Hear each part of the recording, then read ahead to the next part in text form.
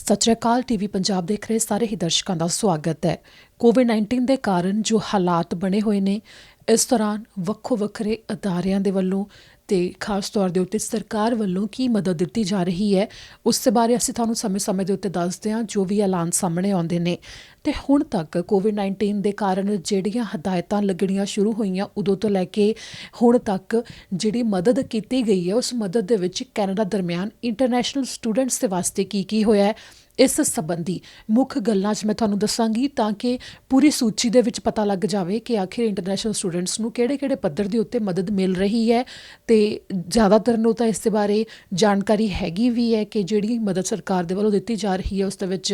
ਕਿਹੜੀ ਛੋਟ international students ਦੇ ਵਾਸਤੇ ਦਿੱਤੀ ਗਈ ਹੈ, ਪਰ ਜਿਨ੍ਹਾਂ ਨੂੰ ਨਹੀਂ ਪਤਾ ਉਹਨਾਂ ਦੇ ਵਾਸਤੇ ਵੀ ਦੱਸ ਰਹੇ ਹਾਂ। ਤੇ ਇਸ ਦੇ ਵਿੱਚ ਵਿਸਥਾਰ ਵਿੱਚ ਇਹ ਵੀ ਦੱਸਾਂਗੇ ਕਿ ਆਖਿਰ ਜਿਹੜੀ 20 ਘੰਟੇ ਤੋਂ ਜ਼ਿਆਦਾ ਕੰਮ ਕਰਨ ਦੇ ਲਈ ਛੋਟ ਦਿੱਤੀ ਗਈ ਹੈ ਸਰਕਾਰ ਵੱਲੋਂ, ਉਸ ਵਿੱਚੋਂ ਕਿਹੜੇ ਕੰਮ ਨੇ ਜਿਸ ਦੇ ਵਿੱਚ ਉਹਨਾਂ ਨੂੰ ਛੋਟ ਹੈਗੀ ਹੈ, ਕਿਉਂਕਿ ਖਾਸ ਤੌਰ ਦੇ ਉੱਤੇ ਸਿਕਿਉਰਿਟੀ ਦੇ ਵਾਸਤੇ ਪੁੱਛਿਆ ਜਾ ਰਿਹਾ ਸੀ। ਤੇ ਜਦੋਂ CIC ਦੀ ਵੈਬਸਾਈਟ ਦੇ ਉੱਤੇ ਆ ਕੇ ਸੂਚੀ ਦੇਖਦੇ ਹਾਂ ਉਸ ਦੇ ਵਿੱਚ ਸੇਫਟੀ ਦਾ ਜ਼ਿਕਰ ਵੀ ਕੀਤਾ ਗਿਆ, ਤਾਂ ਫਿਰ ਉਸ ਸੂਚੀ ਦੀ ਵੀ ਗੱਲ ਕਰਾਂਗੇ। ਤੇ ਇਸ ਤੋਂ ਬਾਅਦ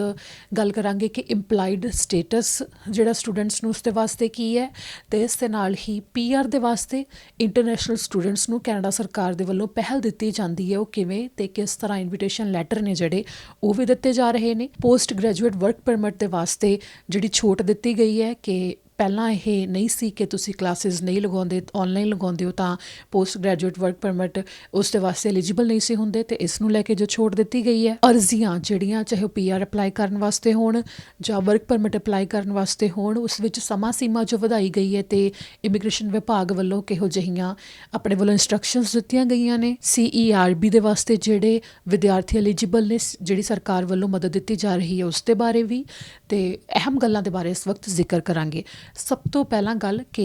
ਇੰਟਰਨੈਸ਼ਨਲ ਸਟੂਡੈਂਟਸ ਦੇ ਵਾਸਤੇ ਜਦੋਂ ਸਰਕਾਰ ਦੇ ਵੱਲੋਂ ਐਲਾਨ ਕੀਤਾ ਗਿਆ ਉਸ ਦੇ ਵਿੱਚ ਇਹ ਹੈ ਕਿ ਅਗਸਤ ਤੱਕ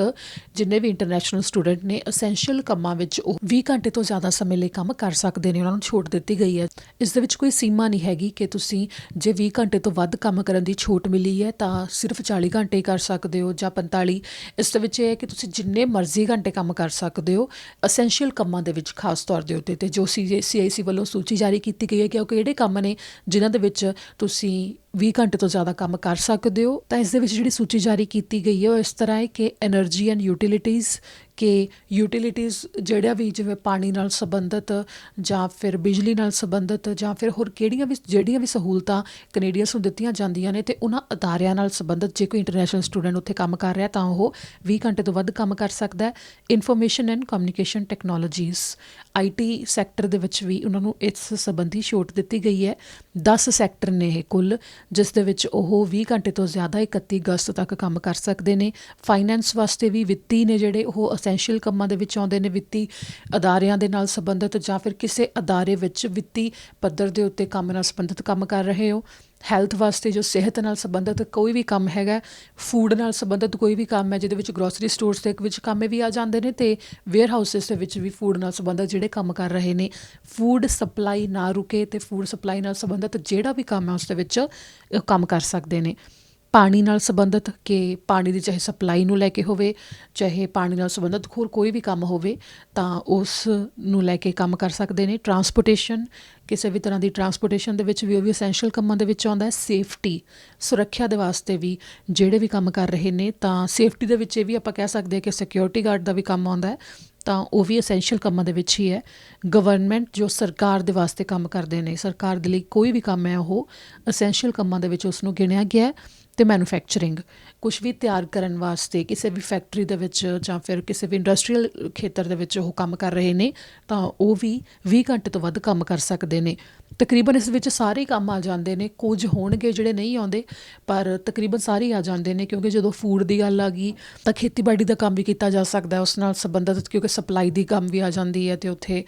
ਇਸ ਨਾਲ ਸੰਬੰਧਿਤ ਹੋਰ ਵੀ ਜਿਹੜੇ ਅਸੈਂਸ਼ੀਅਲ ਕੰਮ ਨੇ ਉਹਨਾਂ ਦੇ ਵਿੱਚ 20 ਘੰਟੇ ਤੋਂ ਜ਼ਿਆਦਾ ਕੰਮ ਕੀਤਾ ਜਾ ਸਕਦਾ। ਅਗਲੀ ਗੱਲ ਆਉਂਦੀ ਹੈ ਕਿ CERB ਜਿਹੜਾ ਬੈਨੀਫਿਟ ਦਿੱਤਾ ਜਾ ਰਿਹਾ ਸਰਕਾਰ ਦੇ ਵੱਲੋਂ ਉਹ ਲੈ ਸਕਦੇ ਨੇ। ਜਿੰਨੇ ਵੀ ਇੰਟਰਨੈਸ਼ਨਲ ਸਟੂਡੈਂਟ ਨੇ ਉਹਨਾਂ ਨੂੰ ਵੀ, ਜਿਨ੍ਹਾਂ ਨੇ ਵੀ ਇੱਥੇ ਕੈਨੇਡਾ ਦੇ ਵਿੱਚ ਕੰਮ ਕੀਤਾ ਉਹ ਸਾਰੇ ਉਸ ਦੇ ਵਾਸਤੇ ਐਲੀਜੀਬਲ ਨੇ। ਫਿਰ ਬੇਸ਼ੱਕ ਉਹ ਕੋਈ ਵਰਕ ਪਰਮਿਟ 'ਤੇ ਹੈ ਚਾਹੇ ਇੰਟਰਨੈਸ਼ਨਲ ਸਟੂਡੈਂਟ ਹੈ ਤਾਂ ਉਹ ਅਪਲਾਈ ਕਰ ਸਕਦੇ ਨੇ। ਬਸ ਕੁਝ ਸ਼ਰਤਾਂ ਨੇ ਇਸ ਦੇ ਵਾਸਤੇ, ਜੇਕਰ ਤੁਸੀਂ ਉਹਨਾਂ ਸ਼ਰਤਾਂ ਨੂੰ ਪੂਰਾ ਕਰਦੇ ਹੋ ਤਾਂ ਯੋਗਤਾ ਰੱਖਦੇ ਹੋ ਤਾਂ ਸਰਕਾਰ ਦੇ ਵੱਲੋਂ ਮਦਦ ਲੈ ਸਕਦੇ ਹੋ। ਇਸ ਦੇ ਨਾਲ ਹੀ ਜਿਨ੍ਹਾਂ ਨੂੰ CERB ਮਿਲ ਰਹੀ ਹੈ, ਯਾਨੀ ਕਿ ਫੈਡਰਲ ਸਰਕਾਰ ਤੋਂ ਮਦਦ ਮਿਲ ਰਹੀ ਹੈ, ਉਹ ਸੂਬਾ ਸਰਕਾਰਾਂ ਤੋਂ ਵੀ ਮਦਦ ਲੈ ਸਕਦੇ ਨੇ ਉਦੋਂ ਤੱਕ ਜਦੋਂ ਤੱਕ COVID-19 ਦੇ ਕਰਕੇ ਤੁਹਾਡਾ ਕੰਮ ਛੁੱਟ ਗਿਆ। ਅਤੇ ਜੇਕਰ ਕੋਈ ਇਸ ਦੇ ਵਾਸਤੇ ਯੋਗਤਾ ਨਹੀਂ ਵੀ ਰੱਖਦਾ ਅਤੇ ਉਹਨਾਂ ਨੂੰ ਮਦਦ ਨਹੀਂ ਮਿਲ ਰਹੀ ਤਾਂ ਇੱਥੇ ਇਹ ਵੀ ਵੱਡੇ ਪੱਧਰ 'ਤੇ ਗੱਲ ਕਹੀ ਜਾ ਰਹੀ ਹੈ ਕਿ ਇਹ ਕੁਝ ਸਮੇਂ ਦੀ ਗੱਲ ਹੈ ਕਿ ਇਹੋ ਜਿਹੇ ਹਾਲਾਤ ਬਣੇ ਹੋਏ ਨੇ। ਇਸ ਦੌਰਾਨ ਮਾਨਸਿਕ ਤੌਰ ਦੇ ਉੱਤੇ ਪਰੇਸ਼ਾਨ ਹੋਣ ਦੀ ਲੋੜ ਨਹੀਂ ਹੈ, ਆਪਣੇ ਆਪ ਨੂੰ ਪਰੇਸ਼ਾਨ ਕਰਨ ਦੀ ਲੋੜ ਨਹੀਂ ਹੈ। ਜਿੰਨਾ ਜ਼ਿਆਦਾ ਹੋ ਸਕਦਾ ਇਸ ਦੇ ਵਿੱਚ ਤੁਸੀਂ ਕੈਨੇਡਾ ਸਰਕਾਰ ਦੇ ਵੱਲੋਂ ਜਿਹੜੀਆਂ ਸਹੂਲਤਾਂ ਦਿੱਤੀਆਂ ਜਾਂਦੀਆਂ ਨੇ, ਖਾਸ ਤੌਰ ਦੇ ਉੱਤੇ ਸੂਬਾ ਸਰਕਾਰ ਦੇ ਵੱਲੋਂ ਜਿਹੜੀ ਐਪਲੀਕੇਸ਼ਨ ਲਾਂਚ ਕੀਤੀ ਗਈ ਹੈ ਵੱਖੋ ਵੱਖਰੇ ਸੂਬਾ ਸਰਕਾਰਾਂ ਵੱਲੋਂ, ਉੱਥੇ ਜਾ ਕੇ ਵੀ ਤੁਸੀਂ ਦੇਖ ਸਕਦੇ ਹੋ ਕਿ ਕਿਹੋ ਜਿਹੀ ਮਦਦ ਦਿੱਤੀ ਜਾ ਰਹੀ ਹੈ। ਅਤੇ ਇਸ ਸਮੇਂ ਕਾਫੀ ਅਦਾਰਿਆਂ ਦੇ ਵਿੱਚ ਕਾਮਿਆਂ ਦੀ ਵੀ ਅਹਿਮ ਲੋੜ ਹੈ ਅਤੇ ਉੱਥੇ ਜਾ ਕੇ ਤੁਸੀਂ ਆਪਣੇ ਕੰਮ ਦੇ ਵਾਸਤੇ ਵੀ ਅਪਲਾਈ ਕਰ ਸਕਦੇ ਹੋ। ਅਤੇ ਮਾਨਸਿਕ ਤੌਰ ਦੇ ਉੱਤੇ ਖੁਦ ਨੂੰ ਪਰੇਸ਼ਾਨ ਕਰਨ ਦੀ ਇੱਥੇ ਬਿਲਕੁਲ ਵੀ ਲੋੜ ਨਹੀਂ ਹੈ ਕਿ ਸਮਾਂ ਹੈ ਜੋ ਇਸ ਸਮੇਂ ਅਜਿਹੇ ਜਿਹੇ ਹਾਲਾਤ ਚੱਲ ਰਹੇ ਨੇ ਤਾਂ ਬੁਰਾ ਸਮਾਂ ਬੇਸ਼ੱਕ ਹੈਗਾ ਪਰ ਇਹ ਨਿਕਲ ਜਾਵੇਗਾ ਜਲਦੀ। ਪਰ ਇਸ ਦੌਰਾਨ ਕਿਸੇ ਵੀ ਦਬਾਅ ਦੇ ਵਿੱਚ ਨਹੀਂ ਆਉਣਾ, ਇਸ ਦੀ ਸੰਬੰਧੀ ਕੋਸ਼ਿਸ਼ ਕੀਤੀ ਜਾਵੇ ਅਤੇ ਆਪਣੇ ਆਲੇ ਦੁਆਲੇ ਵੀ ਇਹ ਧਿਆਨ ਜ਼ਰੂਰ ਰੱਖਿਆ ਜਾਵੇ ਕਿ ਕੋਈ ਵੀ ਇੰਟਰਨੈਸ਼ਨਲ ਸਟੂਡੈਂਟ ਹੈ ਜਾਂ ਕੋਈ ਨਵਾਂ ਆਇਆ ਹੈ ਤਾਂ ਉਹਨੂੰ ਮਦਦ ਦੀ ਲੋੜ ਹੈ। ਖਾਸ ਤੌਰ ਦੇ ਉੱਤੇ ਮਾਨਸਿਕ ਤੌਰ ਦੇ ਉੱਤੇ ਉਸਨੂੰ ਮਜ਼ਬੂਤ ਕਰਨ ਵਾਸਤੇ ਜੇ ਮਦਦ ਦੀ ਲੋੜ ਹੈ ਤਾਂ ਜ਼ਰੂਰ ਕੀਤੀ ਜਾਵੇ। ਤਾਂ ਇਸ ਸੰਬੰਧੀ ਸਰਕਾਰੀ ਅਦਾਰਿਆਂ ਦੇ ਵੱਲੋਂ ਵੀ ਸਹੂਲਤਾਂ ਵੀ ਦਿੱਤੀਆਂ ਜਾ ਰਹੀਆਂ ਨੇ ਅਤੇ ਮੁਫਤ ਦੇ ਵਿੱਚ ਵੀ ਉਹ ਸਹੂਲਤਾਂ ਦਿੱਤੀਆਂ ਜਾਂਦੀਆਂ ਨੇ ਜਿਸ ਦੇ ਵਿੱਚ ਗੱਲ ਕੀਤੀ ਜਾ ਸਕਦੀ ਹੈ, ਗੱਲਾਂ ਸਾਂਝੀਆਂ ਕੀਤੀਆਂ ਜਾ ਸਕਦੀਆਂ ਨੇ। ਅਤੇ ਮਾਨਸਿਕ ਤੌਰ ਦੇ ਉੱਤੇ ਜੇ ਦਬਾਅ ਮਹਿਸੂਸ ਕੋਈ ਵਿਦਿਆਰਥੀ ਕਰਦਾ ਹੈ ਤਾਂ ਅਜਿਹਾ ਨਾ ਹੋਵੇ, ਇਸ ਦੇ ਵਾਸਤੇ ਵੱਖੋ ਵੱਖਰੀਆਂ ਆਰਗੇਨਾਈਜੇਸ਼ਨਸ ਵੀ ਨੇ, ਉਹਨਾਂ ਤੋਂ ਵੀ ਸੰਪਰਕ ਕਰਕੇ ਮਦਦ ਮੰਗੀ ਜਾ ਸਕਦੀ ਹੈ। ਅਤੇ ਔਨਲਾਈਨ ਸੋਸ਼ਲ ਮੀਡੀਆ ਦੇ ਉੱਤੇ ਹਰ ਥਾਂ ਦੇ ਉੱਤੇ ਉਹਨਾਂ ਦੇ ਵੱਲੋਂ ਮਦਦ ਦਿੱਤੀ ਜਾਂਦੀ ਹੈ। ਜਦੋਂ ਔਨਲਾਈਨ ਸਰਚ ਕੀਤਾ ਜਾਂਦਾ ਹੈ ਤਾਂ ਉਸ ਨਾਲ ਸੰਬੰਧਿਤ ਕਈ ਅਦਾਰੇ ਨੇ ਜਿਹੜੀ ਮਦਦ ਕਰ ਰਹੇ ਨੇ ਉਹ ਸਾਹਮਣੇ ਆ ਜਾਂਦੇ ਨੇ ਅਤੇ ਸੰਪਰਕ ਕੀਤਾ ਜਾ ਸਕਦਾ ਹੈ। ਇਸ ਦੇ ਨਾਲ ਹੀ ਕਈ ਸੰਸਥਾਵਾਂ ਨੇ, ਉਹਨਾਂ ਦੇ ਨਾਲ ਜੇ ਵਲੰਟੀਅਰ ਵਜੋਂ ਕੰਮ ਕਰਦੇ ਹੋ ਤਾਂ ਉਹਨਾਂ ਵੱਲੋਂ ਵੀ ਮਦਦ ਦਿੱਤੀ ਜਾਂਦੀ ਹੈ ਤਾਂ ਉੱਥੇ ਵੀ ਕੰਮ ਕੀਤਾ ਜਾ ਸਕਦਾ, ਉਹਨਾਂ ਨਾਲ ਸੰਪਰਕ ਕੀਤਾ ਜਾ ਸਕਦਾ ਹੈ ਕਿ ਵਿੱਤੀ ਮਦਦ ਵੀ ਕਈ ਸੰਸਥਾਵਾਂ ਦੇ ਵੱਲੋਂ ਦਿੱਤੀ ਜਾਂਦੀ ਹੈ ਵਲੰਟੀਅਰ ਵਜੋਂ ਕੰਮ ਕਰਨ 'ਤੇ ਵੀ। ਅਤੇ ਇਸ ਦੇ ਨਾਲ ਹੀ ਹੋਰ ਹੈ ਕਿ ਵੱਖੋ ਵੱਖਰੇ ਜਿਹੜੇ ਅਦਾਰੇ ਨੇ ਉਹਨਾਂ ਨੂੰ ਇਸ ਵਕਤ ਕਾਮਿਆਂ ਦੀ ਅਹਿਮ ਲੋੜ ਵੀ ਹੈ ਕਿਉਂਕਿ COVID-19 ਦੇ ਕਰਕੇ ਜੇਕਰ ਕਿਸੇ ਦੇ ਪਰਿਵਾਰ ਵਿੱਚ ਵੀ ਜਾਂ ਫਿਰ ਕੋਈ ਵਿਅਕਤੀ ਬਿਮਾਰ ਹੋ ਜਾਂਦਾ ਤਾਂ ਉਹ ਕੰਮ 'ਤੇ ਨਹੀਂ ਆ ਸਕਦਾ, ਨਾਲ ਦੀ ਨਾਲ ਉਹਨਾਂ ਨੂੰ ਕੰਮ ਛੱਡਣਾ ਪੈਂਦਾ ਤਾਂ ਉਸ ਮੌਕੇ ਉਸ ਅਦਾਰੇ ਨੂੰ ਨਾਲ ਦੀ ਨਾਲ ਕਾਮਿਆਂ ਦੀ ਲੋੜ ਵੀ ਪੈਂਦੀ ਹੈ। ਅਤੇ ਇਸ ਦੇ ਵਾਸਤੇ ਜਿੰਨਾ ਜ਼ਿਆਦਾ ਹੋ ਸਕਦਾ ਸੰਪਰਕ ਕੀਤਾ ਜਾਵੇ। ਵੱਖੋ ਵੱਖਰੇ ਕੰਪਨੀਆਂ ਵਿੱਚ ਅਪਲਾਈ ਕੀਤਾ ਜਾ ਸਕਦਾ ਹੈ। ਜਦੋਂ ਕਈ ਥਾਵਾਂ ਦੇ ਉੱਤੇ ਅਪਲਾਈ ਕੀਤਾ ਜਾਵੇਗਾ ਤਾਂ ਕਿਤੋਂ ਤਾਂ ਉਸ ਸੰਬੰਧੀ ਜੋ ਨੌਕਰੀ ਮਿਲ ਸਕਦੀ ਹੈ। ਤਾਂ ਇਸ ਦੇ ਨਾਲ ਇੱਕ ਗੱਲ ਹੋਰ ਹੈ ਕਿ ਆਪਣੀ ਸੁਰੱਖਿਆ ਦਾ ਅਹਿਮ ਧਿਆਨ ਰੱਖਿਆ ਜਾਵੇ। ਆਪਣੀ ਸੁਰੱਖਿਆ ਨੂੰ ਲੈ ਕੇ ਕੋਈ ਵੀ ਸਮਝੌਤਾ ਨਾ ਕੀਤਾ ਜਾਵੇ ਕਿਉਂਕਿ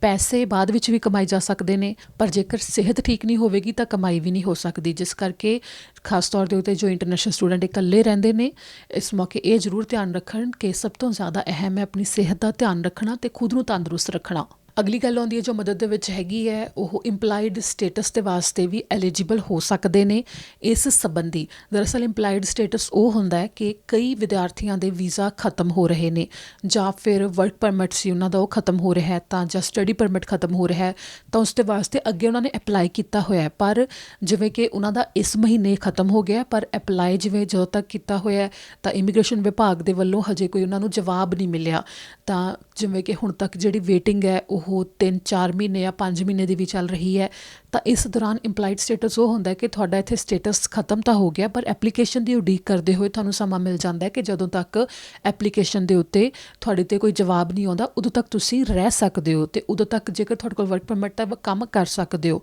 ਉਹ ਤੁਸੀਂ ਇਮੀਗ੍ਰੇਸ਼ਨ ਵਿਭਾਗ ਦੇ ਵੱਲੋਂ ਜਾਣਕਾਰੀ ਇਸ ਸੰਬੰਧੀ ਲੈ ਸਕਦੇ ਹੋ। ਤਾਂ ਜੇਕਰ ਤੁਹਾਡਾ ਵੀਜ਼ਾ ਮੁੱਕਣ ਵਾਲਾ ਹੈ ਜਾਂ ਸਟੱਡੀ ਪਰਮਿਟ ਮੁੱਕਣ ਵਾਲਾ ਤਾਂ ਪਰੇਸ਼ਾਨ ਹੋਣ ਦੀ ਲੋੜ ਨਹੀਂ ਹੈ। ਉਸ ਨੂੰ ਵਧਾਉਣ ਵਾਸਤੇ ਐਪਲੀਕੇਸ਼ਨ ਦੇਵੋਗੇ ਤਾਂ ਜਿੰਨਾ ਚਿਰ ਜਵਾਬ ਨਹੀਂ ਆਉਂਦਾ ਉਨਾ ਚਿਰ ਤੁਸੀਂ ਇੰਪਲਾਈਡ ਸਟੇਟਸ ਦੇ ਉੱਤੇ ਰਹਿ ਸਕਦੇ ਹੋ ਕੈਨੇਡਾ ਦੇ ਵਿੱਚ। ਤਾਂ ਇਸ ਦੇ ਨਾਲ ਹੀ ਅਗਲੀ ਮਦਦ ਹੈ ਕਿ ਔਨਲਾਈਨ ਪੜ੍ਹਾਈ ਦੇ ਬਾਰੇ ਫਿਰ ਬੇਸ਼ੱਕ ਇੰਟਰਨੈਸ਼ਨਲ ਸਟੂਡੈਂਟ ਕੈਨੇਡਾ ਦੇ ਵਿੱਚ ਹੈਗੇ ਨੇ ਜਾਂ ਨਹੀਂ ਨੇ, ਕੈਨੇਡਾ ਦੇ ਬਾਹਰ ਵੀ ਕਿਤੇ ਰਹਿ ਰਹੇ ਹੋ ਜਾਂ ਫਿਰ ਇੱਥੇ ਵੀ ਜੋ ਔਨਲਾਈਨ ਤੁਸੀਂ ਪੜ੍ਹ ਸਕਦੇ ਹੋ ਕਿਉਂਕਿ ਪਹਿਲਾਂ ਤਾਂ ਇਹ ਸੀਗਾ ਕਿ ਔਨਲਾਈਨ ਜੇ ਸਟੱਡੀ ਕਰਦੇ ਸੀ ਤਾਂ ਕਲਾਸਿਸ ਪੂਰੀਆਂ ਕਰਨੀਆਂ ਜ਼ਰੂਰੀ ਹੁੰਦੀਆਂ ਸੀ ਇੱਕ ਸੀਮਾ ਤੱਕ ਅਤੇ ਜੇਕਰ ਨਹੀਂ ਕੀਤੀਆਂ ਜਾਂਦੀਆਂ ਤਾਂ ਵਰਕ ਪਰਮਿਟ ਦੇ ਵਾਸਤੇ ਦਿੱਕਤ ਆਉਂਦੀ ਸੀ। ਪਰ ਹੁਣ ਇਮੀਗ੍ਰੇਸ਼ਨ ਵਿਭਾਗ ਦੇ ਵੱਲੋਂ ਸਾਫ਼ ਤੌਰ ਦੇ ਉੱਤੇ ਕਹਿ ਦਿੱਤਾ ਗਿਆ ਕਿ ਜੇਕਰ ਤੁਸੀਂ ਔਨਲਾਈਨ ਕਲਾਸਿਸ ਵੀ ਲਗਾਉਂਦੇ ਹੋ ਤਾਂ ਵਰਕ ਪਰਮਿਟ ਦੇ ਵਾਸਤੇ ਦਿੱਕਤ ਨਹੀਂ ਆਵੇਗੀ ਅਤੇ ਇਮੀਗ੍ਰੇਸ਼ਨ ਵਿਭਾਗ ਨੇ ਇਸ ਦੇ ਉੱਤੇ ਸਾਫ਼ ਕੀਤਾ ਹੈ ਕਿ ਔਨਲਾਈਨ ਕਲਾਸਿਸ ਲਗਾਉਣੀਆਂ ਇਸ ਸਮੇਂ COVID-19 ਦੇ ਦੌਰਾਨ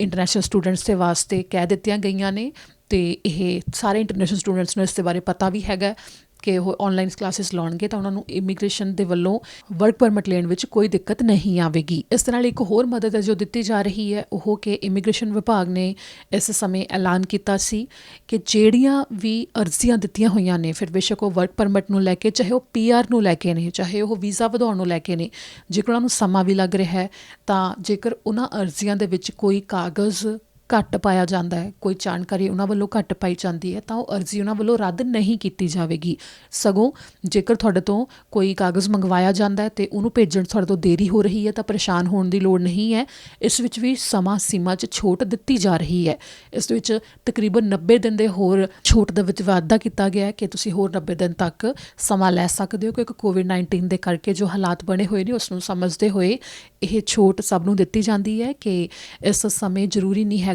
ਕਿ ਐਪਲੀਕੇਸ਼ਨ ਜਿਹੜੀ ਪਾਈ ਹੋਈ ਹੈ ਉਸ ਦੇ ਵਿੱਚ ਕੋਈ ਗਲਤੀ ਹੋ ਗਈ ਹੈ ਤੁਹਾਡੇ ਵੱਲੋਂ ਤਾਂ ਇਮੀਗ੍ਰੇਸ਼ਨ ਵਿਭਾਗ ਵੱਲੋਂ ਰੱਦ ਕੀਤੀ ਜਾਵੇਗੀ। ਉਹਨਾਂ ਵੱਲੋਂ ਅੱਗੇ ਉਸ ਸੰਬੰਧੀ ਜੋ ਕਮੀ ਹੋਈ ਉਸ ਨੂੰ ਠੀਕ ਕਰਨ ਦੇ ਵਾਸਤੇ ਕਿਹਾ ਜਾਵੇਗਾ ਅਤੇ ਇਸ ਦੇ ਸੰਬੰਧੀ ਇਮੀਗ੍ਰੇਸ਼ਨ ਵਿਭਾਗ ਦੇ ਵੱਲੋਂ ਜਾਣਕਾਰੀ ਦਿੱਤੀ ਗਈ ਹੈ ਅਤੇ ਨਾਲ ਹੀ ਜਿਹੜੇ ਕਾਗਜ਼ ਪੱਤਰ ਹੋਰ ਭੇਜਣੇ ਵੀ ਨੇ ਉਹਨਾਂ ਦੇ ਵਾਸਤੇ ਵੀ ਹੋਰ ਜ਼ਿਆਦਾ ਸਮਾਂ ਮਿਲ ਜਾਵੇਗਾ। ਅਤੇ ਅਗਲੀ ਅਹਿਮ ਗੱਲ ਹੈ ਕਿ ਇੰਟਰਨੈਸ਼ਨਲ ਸਟੂਡੈਂਟਸ ਨੂੰ ਹਮੇਸ਼ਾ ਇਸ ਸੰਬੰਧੀ ਪਰੇਸ਼ਾਨੀ ਰਹਿੰਦੀ ਹੈ ਕਿ ਉਹ PR